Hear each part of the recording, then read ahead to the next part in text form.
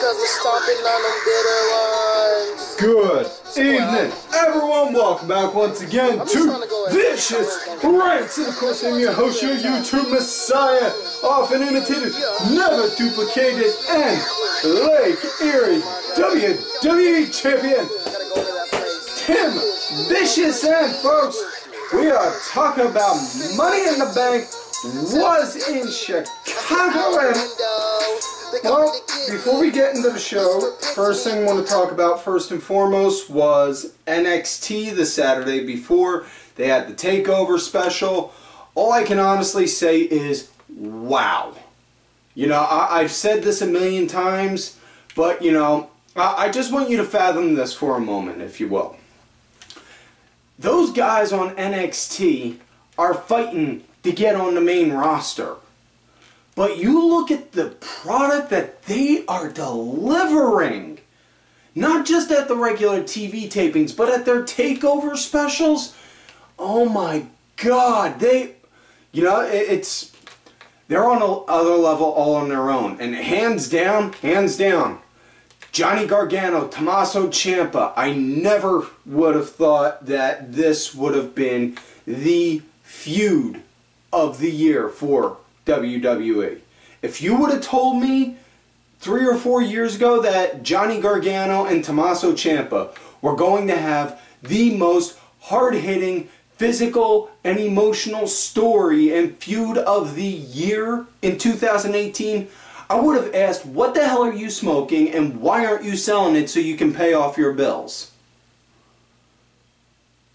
That said, NXT, really great. Money in the Bank, I liked it. I thought it was good. Some people didn't necessarily like it, but a little bit behind the scenes info for you guys. While many may not have known, especially that little fuckknuckle Meltzer, I actually defended my coveted Lake Erie Championship in a dark match before the pre-show even started, and I issued an open challenge to anyone. And of course, of all people that chose to come out, it was Brutus the fucking Barber Beefcake. Now, it was a good match, and as you can obviously tell, I won, but it was not at a cost, because while I was celebrating, the Barber did not take kindly to my victory, and he cut a small piece of my beard off. Brutus! I'm coming for you! You do not mess with a man's beard. And with that said, let's get into this week's show. Money in the Bank, Chicago. Start off, pre-show match. It was the Good Brothers, Luke Gallows and Karl Anderson going against the Bludgeon Brothers. If Odin wound up ever sending 2 disciples onto Midgard to cause chaos and destruction, surely it would be the Bludgeon Brothers. That said, nice, good, right off bat, the second the bell rang, the Good Brothers, wham, ran right in, swinging, going to assert dominance. The Bludgeon Brothers, they wound up getting control of it after the little 20-second ad that ran. And, yep, the big LG Gallows, he caught the hot tag, went in, worked good.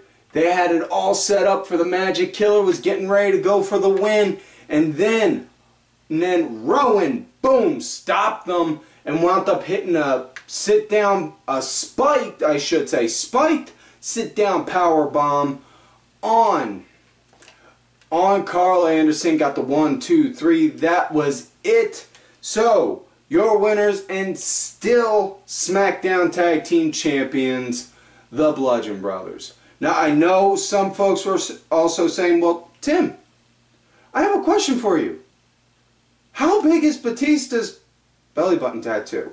Well, to be honest, I'm not sure. But I'm pretty sure the other question you have is, what happened to the Matt Hardy, Bray Wyatt versus B-Team tag team match that was initially hinted for being on this show. Well, it wasn't. And, you know, honestly, here's the thing, folks. You know, and again, it sounds like I'm telling the company line, but really, I'm not. I call it like I see it. If I see WWE do good, I compliment them. If I see them do shit, I shit on them. I don't, you know, I don't pull any punches. I don't, you know, I got nothing to lose either way. Now, that said, though, you know, a lot of people were bitching about the fact that the regular pay-per-view time is now going to start at 7 o'clock Eastern instead of 8, which is now going to basically make the pay-per-views a 4-hour show instead of a 3. Here's the thing, folks. I want you to think about this for a minute. We got all pay-per-views now holding both shows. So it's not like it's not like they're going to do a 3-hour Monday Night Raw pay-per-view this Sunday and then 2 weeks later a SmackDown pay-per-view again. They're not doing that no more. You know, cost effective. So they're going to cut out the one show, make all the pay-per-views one, and just add an extra hour so that way they can add an extra match or two from both shows. That's all it is. I'm not saying it's good and I'm not saying it's bad. All I'm saying is that's the reason. Take it as you will. If you think it's a good idea, go ahead and praise them. Praise them all you want. If you think it's a bad idea, by all means, feel free to go into a Twitter rage and talk about on how, oh, I'm going to cancel, #cancel WWE Network, but still watch their matches and complain about them.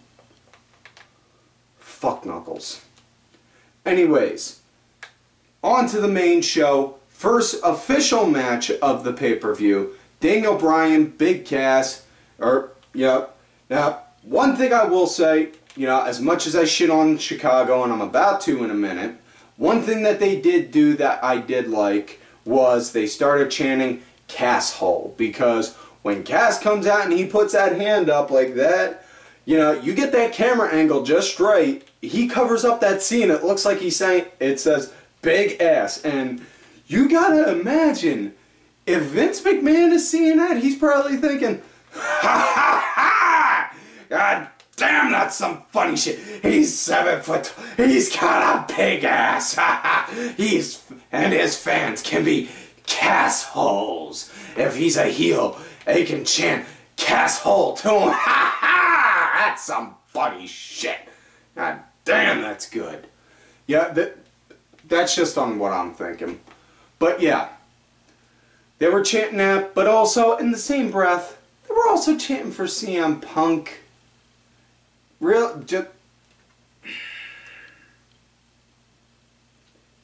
You know, this is exactly the issue that I got with the Chicago crowds anymore. Because, you know, they make the shows about them, not the actual show. They try to take it over. You know, Punk left. You know, he didn't like how he was being treated in there. He left. You know? He went to go and do a different job. He went to MMA. He got his ass kicked. Twice. You know? What the fuck are you... Yeah, seriously. Fuck you, Chicago. Fuck the people that keep on chanting him. He walked out. There's no other way around it. Okay, I understand the whole... If you're not happy, leave. But if you're going to be unhappy and leave, and then bitch and whine and cry about it on your buddy's podcast and talk about all the bad, nasty things they did. Oh, they made me work her. Oh, I was trying to do this for a rehab on my knee instead of doing surgery to try and get back sooner because I thought that was a good idea, you know. Oh, and all that jazz. You chose to do that. Every choice you make has a consequence, whether it's good or bad. He made his choices, those were his consequences.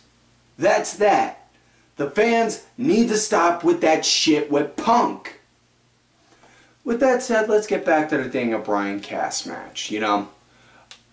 Yep.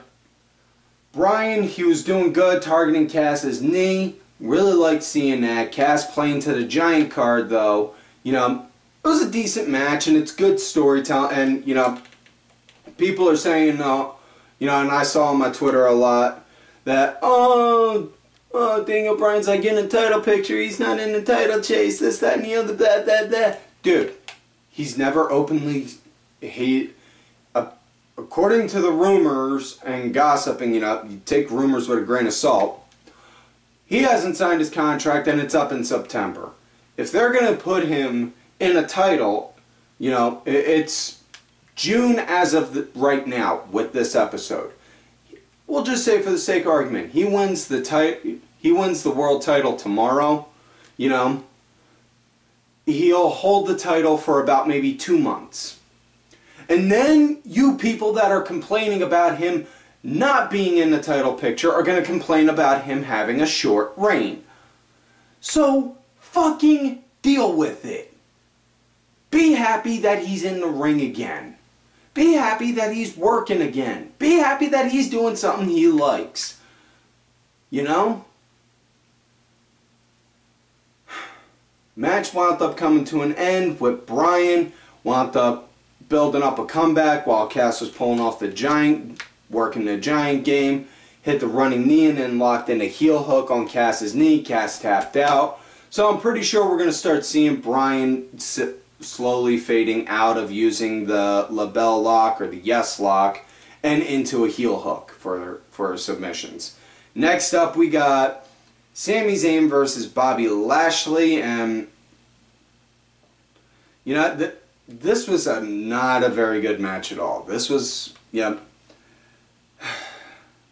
this was pretty much like the piss break match right here.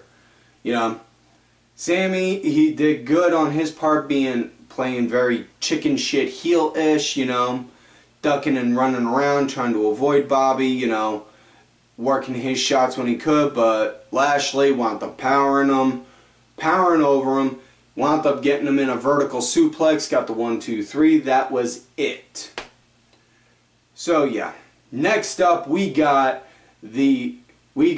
Intercontinental title match, Elias going against Seth Rollins, and I've said it before and I'll say it again, I got nothing against Elias personally, much like I do with Roode, but the only issue I got with Elias is his physical look.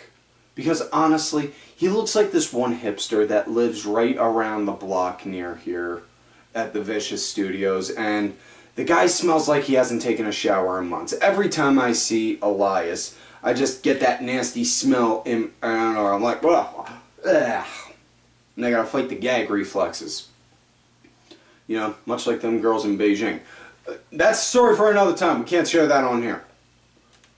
But anyways, Elias, Rollins, nice good start. Rollins, you know, Rollins was leading it at the start, you know, liked on how Seth was working with his knee, showing that his knee was tweaked, you know. Obviously, yeah, it's been a few years since it's been some time since he had the surgery on his knee. He's been back, he's medically cleared, but still, it's an open spot and it sells. It's a selling point, you know, that's all. So people really need to stop doing you know, he's been back from surgery for X amount of time. No, they shouldn't have to keep doing the whole he hurt his knee thing again. But either way, you know, like the pace, I like the pace of the match. It was a good one, fairly decent. It was very much so a very good Seth Rollins match. Match wound up coming to an end. Rollins doing a counter and a Kata roll, holding on to the tights. A lot of people were griping on that. Seth came out the following night on Raw, issued an Intercontinental Open Challenge, and out comes Dolph Ziggler, of all people, surprisingly, and surprisingly Dolph Ziggler beat him. So, yeah. Now, Seth already invoked his rematch clause for next week on Monday Night Raw, so, you know, I could see it going either Seth getting the title back, and then McIntyre getting pissed at Ziggler for losing it that fast and beating the shit out of him and then going off to do his own thing. Or I could see Dolph holding it and then him and McIntyre saying, yeah, you see this? You see this right here? You see this right here? This means I am that damn good. That means nobody can outwork me. You know, I see him pushing something like that. Now, that said, next matchup we got is the Women's Money in the Bank match. Sasha Banks, Becky Lynch, Ember Moon, excuse me, Lana, Natayla, Naomi, Little Miss Alexa Bliss, and Charlotte. Now, this was hands down amazing. I absolutely loved this, you know. All the girls had their moment to shine. There was all-out mayhem to start, you know. And more importantly, what I keep saying, they showed storytelling, you know. Sasha was the one that was taking the most physical abuse out of everyone in the match. You know, Becky was consistently just inches away from it, you know, and it showed Becky and Charlotte locking horns, staring at each other for a minute like, all right, who's going to go? You? Me? Huh? But, you know, Alexa Bliss being a chicken shit heel, hiding and waiting to pick her shots, you know. It showed good storytelling, you know. Match wound up coming to an end, though, with Little Miss Bliss, Alexa Bliss, you know, tossed off Becky Lynch just as she was about to get it, and then got up there, got it, and boom. So she won. She was the second Miss Money in the Bank now. Now we move to the next match. Jinder Mahal, Roman Reigns, and I know a lot of people were shitting on this match. Me personally, I enjoyed it, and you know, a lot of people shit on Jinder and Roman, and I feel sorry for them both because they're both good workers, and you know, Roman Reigns could become the greatest technical wrestler in the world. He could wind up doing putting on a technical clinic that could outdo anything Daniel Bryan could. But the people would still shit on him. Why? Because he's Roman Reigns and the fans have now conditioned themselves to boo him at every possible turn. You know, I mean, it's good example with this. Literally, the one night when he snapped and beat the shit out of Triple H, people loved him. And then when he won the world title that Monday night, they were all cheering and praising him, saying, "You deserve it, you deserve it." And then, what happened the following week on Raw? They started booing and shitting on him again. You know, that's why I say this consistently, but ignore the small, loud minority. Because those little internet trollops, they're not going to be happy with anything, you know. The only way they're going to be happy is if they see frickin' somebody doing a 900 flip through barbed wires and glass in the Tokyo Dome or something like that. People are going to have what they have, and people are going to like what they like. And 10 get you 20, the people that are consistently shitting on the WWE stuff are the ones that are obsessed with New Japan, which is why you need to ignore them, because that's like like I said last week, it's like comparing Formula 1 racing to skateboarding. They're both two sports, they both have four wheels, but they're presented in two different formats. Much like New Japan Wrestling and WWE Wrestling. That's all it is. They're two different sides of the same coin. They're just presented differently, that's all. now that I'm done blowing up on that, let's get back to Jinder and Roman. Roman started out good, you know, started out he started out really good, really liked on how it was going. And Jinder wound up bleeding right after Sunil, who was sitting in a wheelchair with his arm in a sling because Roman beat the shit out of him the Monday prior. And wound up miraculously healing and got miracled his ass up to go and shove Roman into the ring post. And then Jinder just kept working on him consistently, you know. And, you know, crowd, like I said, the crowd was shitting on it, but, you know, at the same time, Roman Reigns could find a cure for cancer, and the crowd would shit on him. You know? That's what it is, plain and simple.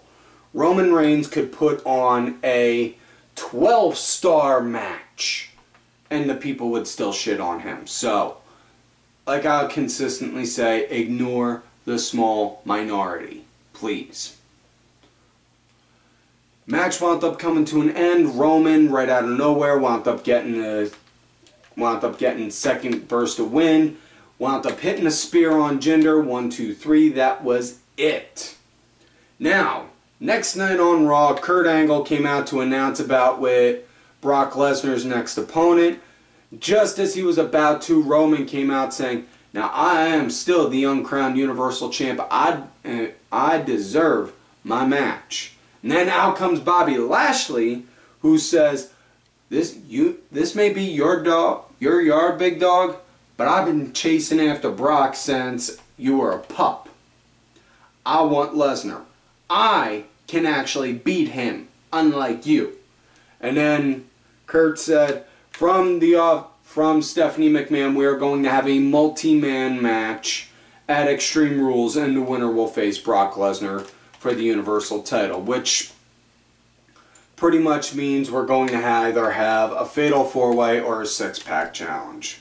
By my guess. 10 gets you 20, it's going to be one of those. But either way. So yeah, so more than likely Roman and Lashley are going to be in that match. But moving forward now back to the pay-per-view. Next matchup, Asuka, Carmella, women's title. Really dug the mind games with, you know, right off bat, Carmella was thrown out at Asuka, you know.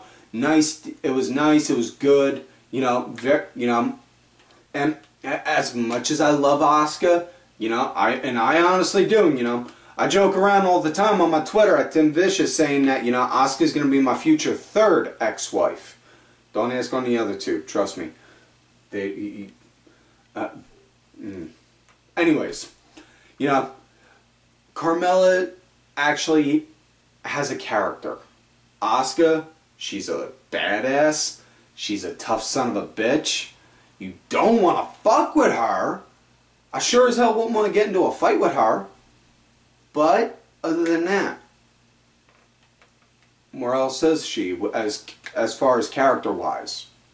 You know?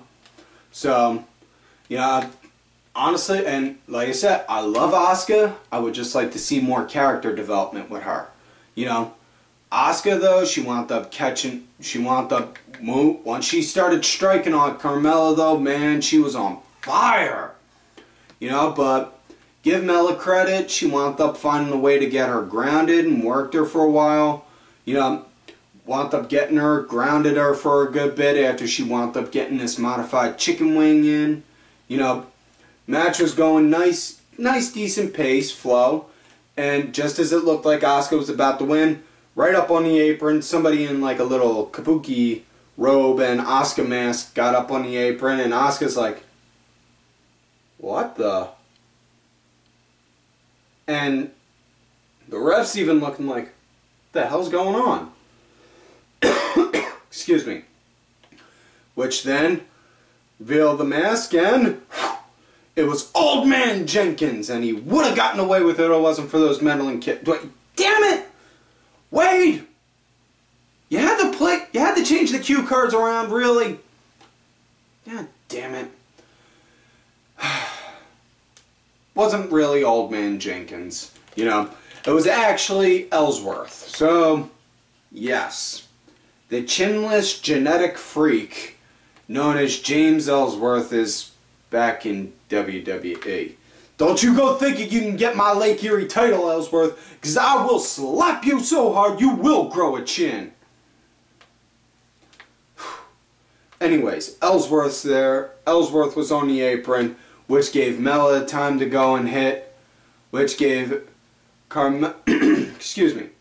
which gave Carmella time to go and hit a high kick on Asuka. Got the 1, 2, 3, so that is it. So Carmella won, so now she, again, heel, character development. She's now got bragging rights, as she's been saying. She beat Charlotte Flair twice, and now she beat Asuka. And not only that, she's the only one to beat Asuka via a pinfall. So yeah.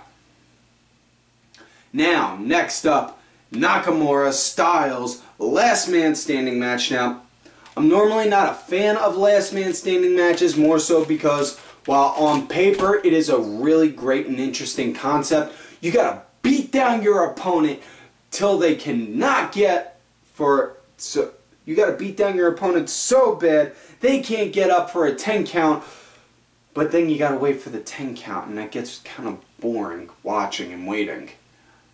You know? So, but yeah. This though, honestly, this has got to be my favorite last man standing match. This goes up there with Kevin Steen, El Generico, La Revenja, last man standing. You know, nice back and forth at the start. Nakamura, you know, was leading early on. Styles, he looked like he was dazed and confused, like he didn't know what the hell was going on. But man, once Uncle Alan shifted into gear, boom, he moved in and it was on. These guys tore it up. It was great. I absolutely loved it. And two parts on it that got me more than anything. One was Nakamura went for a low blow and missed. And Styles just looked at him, and then he's just like, oh, no, no, no, don't hurt me, don't hurt me.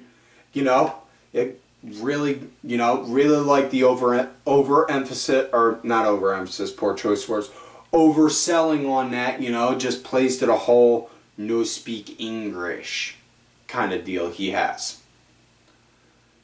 You know, but also at one point when they were both fighting and having to hold on to things to stand up, Nakamura just went down just doing his taunt. Come on! Styles just like, you know what, motherfucker, whoom, kicked him right in the balls. And Nakamura was like, oh, shit. Then which then led on how the match came to an end, because right after that, Styles climbed back into the ring, jumped off the top rope to hit him with a phenomenal forearm onto the outside, which then made Nakamura crash into the table behind him and make the table collapse, and which, you know, then yeah, 10 count. So that's that. Styles won. I see a rematch down the road, possibly Extreme Rules table match or Extreme Rules match. Next up, women's title match, Nia Jax, Ronda Rousey, and this, Nia pretty much was carrying Ronda through the whole match. You know, there's no doubt on that. Nia, she was doing the power game, you know, right from the start. Ronda, she went and tried to work her submissions in when she could. And I'm not shitting on Ronda Rousey for this, so please don't take it as that. You know, I was impressed, but Nia had to carry her through it and lead her through. Which, okay, that's understandable, you know. Nia's got more experience. She's basically the veteran between the two. So, she's going to have to carry the rookie. Okay, fair enough. You know, match came to an end when, just as Ronda wound up finally locking in a cross-arm bar on Nia, and just as it looked like she was about ready to tap and give up, and then Ronda Rousey was about to become the Raw Women's Champion, Alexa Bliss, wham, right out of nowhere, whacks Ronda with the briefcase. Ref calls for the end of match, slams it on Ronda some more, tosses her out of the ring, and then whacks and beats Nia jacks up with it, cashes it in, and then goes to start working on that arm that Ronda softened up, hit the twisted Bliss, got the 1, 2, 3, and now Alexa Bliss is the Raw Women's Champion again. So yeah, now it's already been announced. Nia invoked rematch. It's going to be at Extreme Rules. Chances are we're more than likely going to wind up getting a triple threat between the two, because or a triple threat between Nia, Ronda, and Alexa.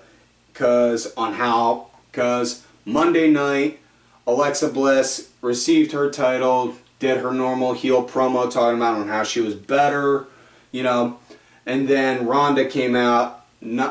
Alexa was talking shit on Ronda, saying, "I'm better than you. You go to the back of the line. You're nothing more but an up-and-coming rookie."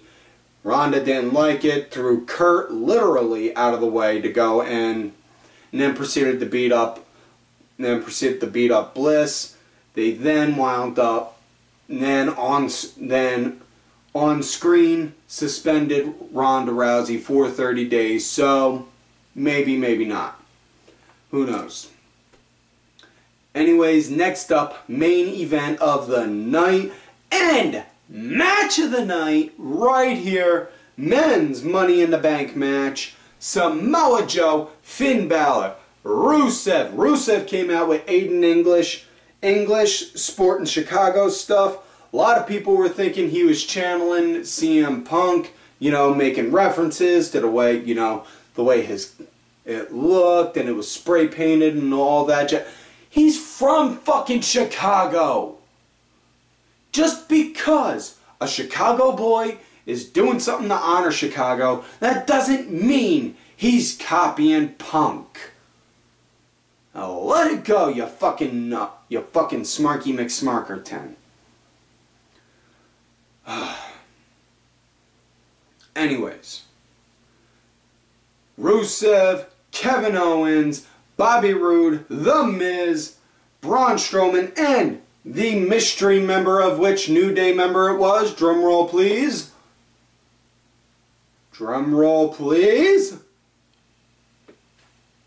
Seriously, Ed, fine, I'll do it myself. Kofi! And some people were shitting on the idea of, oh, well, Kofi's been in, you know, 8 Money in the Bank ladder matches. He's never had a world title. He deserves it.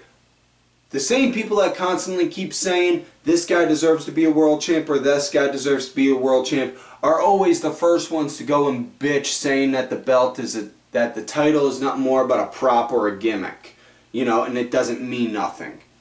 So if it doesn't mean nothing, why do you want this guy to get it if he doesn't deserve it?